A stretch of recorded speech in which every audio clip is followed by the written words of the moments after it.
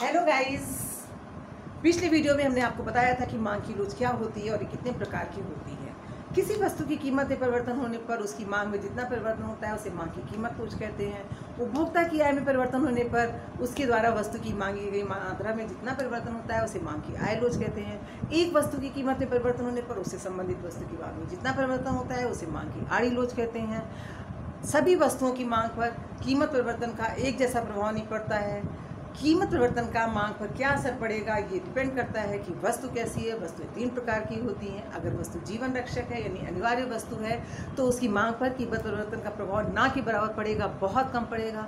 यदि comfortable goods है, आरामदायक वस्तुएं हैं तो उसकी मांग पर कीमत परिवर्तन का उतना ही प्रभाव पड़ेगा जितना कि कीमत में परिवर्तन हुआ है। यदि वस्तु विलासिता की है तो उसकी मांग पर कीमत परिवर्तन का बहुत ज़्यादा प्रभाव पड़ता है। अब आपको बताने जा रहे हैं कि मांग की लोच कितने प्रकार की होती है, उसकी कितनी श्रेणियां होती है। मांग की लोच की 5 श्रेणियां होती हैं। पहली श्रेणी है परफेक्टली इनइलास्टिक डिमांड यानी पूर्णता बेलोचदार मांग। नाम पर ध्यान दीजिए, पूर्णता बेलोचदार मांग। लोच मतलब होता है परिवर्तन, बेलोच मतलब होता है परिवर्तन ना होना। तो यहाँ पे मांग कैसी है? बेलोचदार मांग है, यानी मांग में परिवर्तन नहीं होगा। कितना परिवर्तन नहीं होगा मांग में? परफेक्टली, पूर्णता बेलोचदार मांग में परिवर्तन बिल्कुल भी नहीं होगा। जब कीमत में परिवर्तन होता है लेकिन उसकी वजह से मांग में बिल्कुल भी परिवर्तन नहीं होता है तो उसे कहते हैं पूर्णता बेलोचदार मांग। जैसा कि इसमें दिखाया गया है, कीमत ओपी होने पर मांग है ओएम, कीमत बढ़ जाने पर भी मांग इतनी ही है और कीमत कम हो जाने पर भी मांग इतनी ही है। तो इस तरह से मांग रेखा जो है वो ओ वाई एक्सिस के समानांतर है। तो ऐसे गणित की भाषा में हम E बराबर 0 कहते हैं। E मीन्स होता है इलास्टिसिटी। E बराबर 0, E मीन्स इलास्टिसिटी। इलास्टिसिटी कितनी है? 0 है, यानी कि मांग में परिवर्तन कितना हो रहा है? 0 हो रहा है, कोई परिवर्तन नहीं हो रहा है। दूसरे प्रकार की लोच होती है इनइलास्टिक मांग। इसको हिंदी में कहते हैं कम लोचदार मांग। इसमें कीमत के कारण मांग में परिवर्तन होगा, क्योंकि मांग कैसी है? लोचदार मांग है, लेकिन मांग में परिवर्तन कितना होगा? कम होगा। जब कीमत में परिवर्तन होने पर मांगी गई मात्रा में परिवर्तन बहुत कम होता है। बहुत कम से मतलब क्या है? जितना कीमत में परिवर्तन हुआ है उससे कम परिवर्तन मांग में होता है, तो उसे कहते हैं इनइलास्टिक डिमांड। इनइलास्टिक डिमांड जैसा कि इस डायग्राम में दिखाया गया है, प्राइस लेवल ओपी होने पर, प्राइस कम होने पर मांग ज़्यादा है और प्राइस जब बढ़ गया है तो मांग में कमी हो गई है। मांग में कमी केवल M से M1 तक की हुई है, जबकि कीमत की वृद्धि P से P1 तक की हुई है। कीमत में परिवर्तन ज़्यादा हुआ है, उसकी वजह से मांग में परिवर्तन बहुत थोड़ा हुआ है। क्यों? इसलिए क्योंकि मांग कैसी है?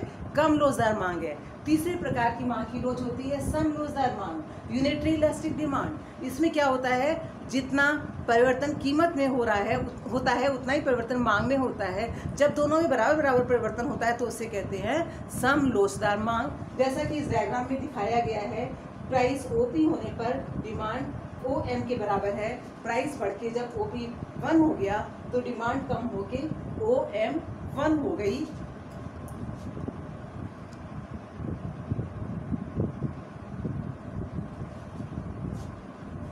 प्राइस ऊंचा होने पर डिमांड कम हो गई है।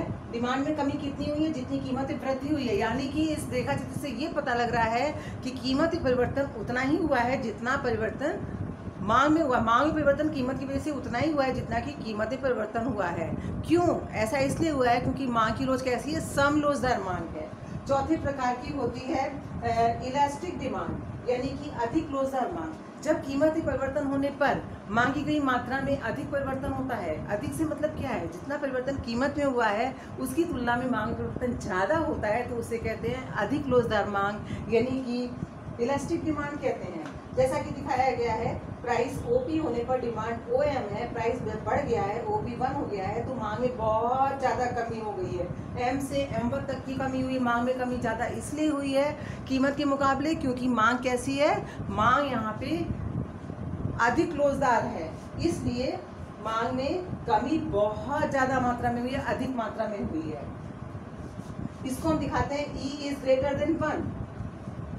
अंत में है परफेक्टली इलास्टिक डिमांड, हिंदी में कहते हैं पूर्णतः लोचदार मांग। यहाँ पे मांग कैसी है? लोचदार है। मांग में परिवर्तन होगा, कितना होगा?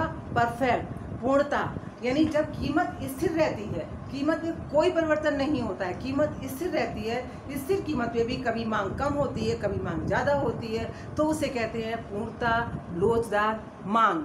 जैसा कि इसमें दिखाया गया है, प्राइस ओपी है, प्राइस कांस्टेंट है, तभी मांग कभी OM से बढ़कर OM1 हो रही है, तो कभी OM से घटकर OM2 हो रही है। तो ऐसा क्यों है? क्योंकि मांग की लोच कैसी है? परफेक्टली इलास्टिक है, इसलिए ऐसा है। तो यहाँ पर एक चीज़ आप देखिए कि मांग की हमने 5 श्रेणियाँ, मांग की लोच की, मांग की कीमत लोच की 5 श्रेणियाँ हमने आपको बताई। इन पांचों को मैथमेटिकल भाषा में कैसे प्रेजेंट करते हैं ये आपको हम बताने जा रहे हैं।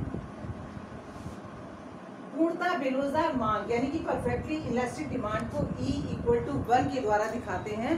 E मतलब होता है इलास्टिसिटी, E = 0, यानी कि इलास्टिसिटी कितनी है? 0 है। लोच कितनी है? 0 है। इलास्टिसिटी कितनी है? 0 है। परफेक्टली इनइलास्टिक डिमांड को हम E = 0 द्वारा दिखाते हैं कि वो 0 है। इनइलास्टिक डिमांड, कम लोचदार मांग में हम E < 1 को दिखाते हैं। E < 1 के रूप में क्या दिखाया जाता है? कम लोचदार मांग दिखाई जाती है। E < 1, लोच कितनी है? E कितनी है? E मीन्स लोच, इलास्टिसिटी कितनी है? लेस है, कम है, कम लोचदार मांग है।